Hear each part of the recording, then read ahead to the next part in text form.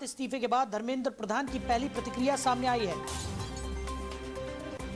10 साल में 20 करोड़ बच्चों का जन्म हुआ है। शिक्षा सुधारों पर उन्होंने बड़ा बयान दिया। युवाओं के भविष्य को सबसे अहम मुद्दा उन्होंने बताया। तो केंद्रीय शिक्षा मंत्री पद से इस्तीफा देने के बाद धर्मेंद्र प्रधान ने पहली बार सार्वजनिक मंच से अपनी प्रतिक्रिया दी है। हाल ही में हुए चर्चित जंतर मंतर पर विरोध और शिक्षा व्यवस्था को लेकर उठे सवालों के बीच उनका यह बयान काफी अहम माना जा रहा है। धर्मेंद्र प्रधान ने कहा कि पिछले 10 वर्षों में देश में लगभग 20 करोड़ बच्चों का जन्म हुआ है और इन करोड़ों बच्चों के लिए गुणवत्तापूर्ण शिक्षा सुनिश्चित करना देश की सबसे बड़ी जिम्मेदारी है। उन्होंने कहा कि शिक्षा व्यवस्था को लगातार बदलती जरूरतों के अनुरूप मजबूत और आधुनिक बनाना समय की मांग है। प्रधान ने अपने कार्यकाल के दौरान नई शिक्षा नीति, डिजिटल शिक्षा और कौशल विकास के क्षेत्र में किए गए प्रयासों का भी जिक्र किया। उन्होंने कहा कि शिक्षा केवल डिग्री प्राप्त करने का माध्यम नहीं बल्कि राष्ट्र निर्माण की आधारशिला है। वहीं विपक्ष और छात्र संगठनों की तरफ से परीक्षा प्रणाली, भर्ती प्रक्रियाओं और शिक्षा व्यवस्था को लेकर उठाए गए सवाल के बीच उनके बयान को काफी महत्वपूर्ण माना जा रहा है। इस्तीफे के बाद पहली बार सामने आए धर्मेंद्र प्रधान ने युवाओं की आशंकाओं को देश की सबसे बड़ी ताकत बताते हुए कहा कि शिक्षा क्षेत्र में सुधार की प्रक्रिया रुकनी नहीं चाहिए और आने वाली पीढ़ियों के भविष्य को ध्यान में रखकर फैसले लिए जाने चाहिए। पर ज्यादा चर्चा के लिए पॉलिटिकल एक्सपर्ट अमित तिवारी जी हमारे साथ जुड़ गए। अमित जी, बहुत स्वागत है आपका। नमस्कार सभी दर्शकों को। अमित जी, धर्मेंद्र प्रधान की पहली प्रतिक्रिया इस्तीफा देने के बाद सामने आई है, जिसमें उन्होंने शिक्षा नीति को सबसे महत्वपूर्ण करार दिया। उन्होंने कहा कि छात्रों का भविष्य सुधारने के लिए शिक्षा सुधारों की बेहद आवश्यकता यहां पर है और युवाओं के भविष्य को उन्होंने सबसे अहम मुद्दा यहां पर करार दिया है। कैसे देख रहे हैं आप इस बयान को? देखिए, देर आए दुरुस्त आए। देखिए, धर्मेंद्र प्रधान जी के ऊपर जो आरोप लगाया गया है वो आरोप लगाने का मेन रीजन ही यही है कि उन्होंने शिक्षा की पॉलिसी में बहुत ज्यादा सुधार किए हैं जी। ठीक है, उन्होंने वो रट्टा बेस से निकाल के लोगों को एक्सपेरिमेंटल बेस करने की तैयारी कराई है और जो गलत इतिहास हमें पढ़ाया जा रहा था उससे बाहर निकाला गया है। लेकिन प्रॉब्लम वहां पे नहीं है। ये तो वो प्रॉब्लम है जो अपोजिशन को हजम नहीं हो रही है। ठीक है, प्रॉब्लम यहाँ पे ये है कि बीजेपी वालों ने अपने आप को साबित किया है कि वो ईमानदार लोग हैं। उनसे गलती होने से पहले माफी मांग लेंगे। मैं कुछ एग्जांपल आपको गिना देता हूँ। 1991 में जब हवाला कांड हुआ था तो उसमें लाल कृष्ण आडवाणी जी का नाम आया था जय डायरी में।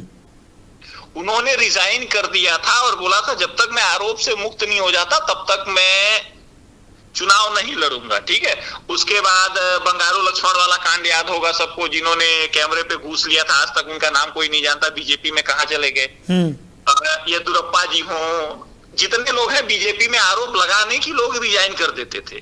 ठीक है, इसके लिए लोगों ने बीजेपी को सत्ता में बैठाया था। लेकिन आज की प्रॉब्लम यह है कि धर्मेंद्र प्रधान जी जब से हुए हैं, भले ही उन्होंने एजुकेशन नीति पे काम किया है, शिक्षा पे काम किया है, एग्जाम करवाए हैं, लेकिन आप 2014 से लेकर अगर 2026 तक का रिकॉर्ड देखेंगे तो आप पाएंगे कि इसमें करीब 75 बारी, छोटे बड़े मिला के 75 बारी पेपर लीक हो चुके हैं जी। और 75 बार पेपर लीक होने के बाद कार्यवाही हुई है, लोग अरेस्ट हुए हैं, सारा कुछ किया जा रहा है। लेकिन उसके बावजूद भी धर्मेंद्र प्रधान जी का इस्तीफा तब आया है।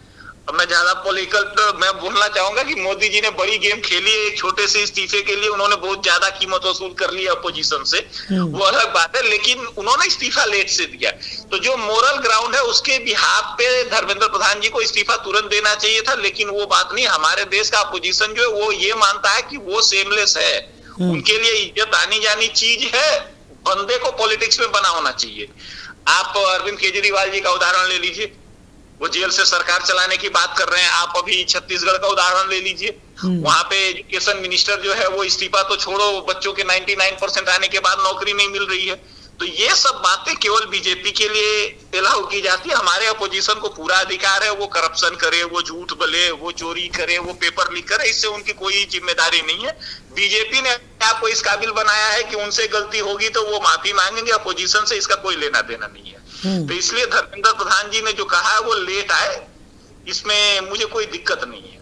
लेकिन अमित जी, एक तरफ जैसे कि आपने कहा कि अपनी नैतिक जिम्मेदारी को यहाँ पर समझकर इस्तीफा देना ठीक डिसीजन है, लेकिन दूसरी तरफ क्या इस्तीफे से ही समस्या का समाधान यहाँ पर निकल सकता है? क्योंकि आपने देखा कि जंतर मंतर पर एक प्रदर्शन हुआ जिसमें शिक्षा मंत्री को इस्तीफा देना पड़ा। उसके बाद अब आप देख रहे हैं कि रांची में भी लगातार जो छात्र हैं वो प्रदर्शन करते हुए नजर आ रहे हैं। विपक्ष जो है वो संसद के बाहर और संसद के अंदर दोनों जगह पर प्रदर्शन करता हुआ नजर आ रहा है। सरकार को कई मामलों में घेरने की कोशिश यहाँ पर की जा रही है और अब एक के बाद एक इस्तीफों की मांग होने लगी है।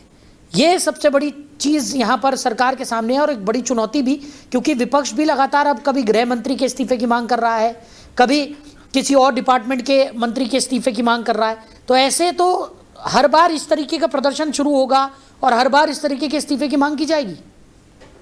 देखिए सर, ऐसा है कि इस्तीफे की मांग की जा रही है, उसके लिए प्रॉब्लम ये है कि बीजेपी वाले इस्तीफा देते हैं इसलिए ना मांग की जा रही है। मैंने आपको बताया कि उनका हाई मोरल की नैतिक जिम्मेदारी है। हमारे अपोजिशन के लिए ये सब बातें नहीं होती है। केजरीवाल जो इस्तीफा मांग रहे हैं वो जेल में जाके बोलते हैं मैं मुख्यमंत्री बना रहूंगा, मैं इस्तीफा नहीं दूंगा। तो ऐसे सेमलेस लोगों से आप कैसे उम्मीद कर सकते हैं कि वो अच्छी बात करेंगे।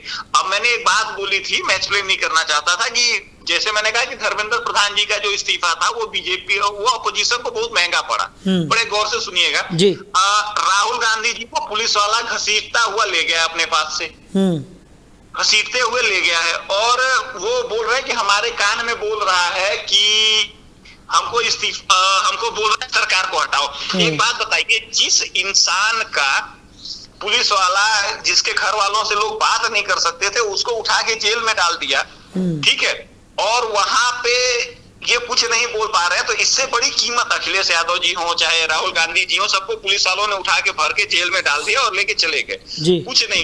एक बात बताइए, इससे ज्यादा कीमत क्या वसूलेंगे वो?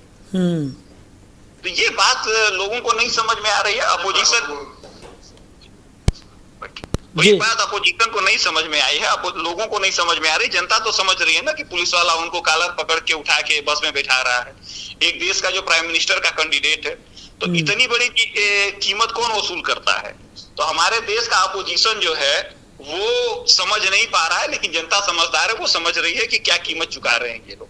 तो हमारे देश के अपोजिशन से इस बात की चिंता मत करिए कि वो क्या करेंगे, वो लोग जेल में जाके भी इस्तीफा नहीं देंगे, और यहाँ आरोप लगा नहीं कि इस्तीफा दे दीजिए।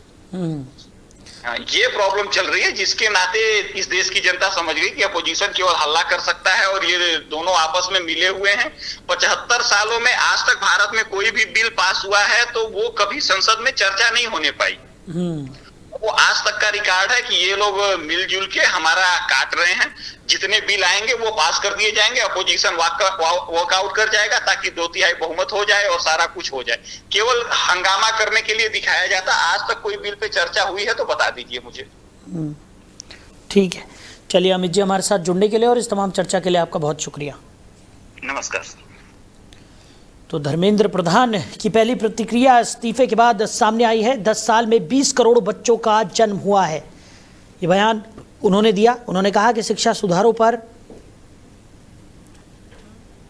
लगातार काम किया जा रहा है। युवाओं के भविष्य को उन्होंने सबसे अहम मुद्दा करार दिया।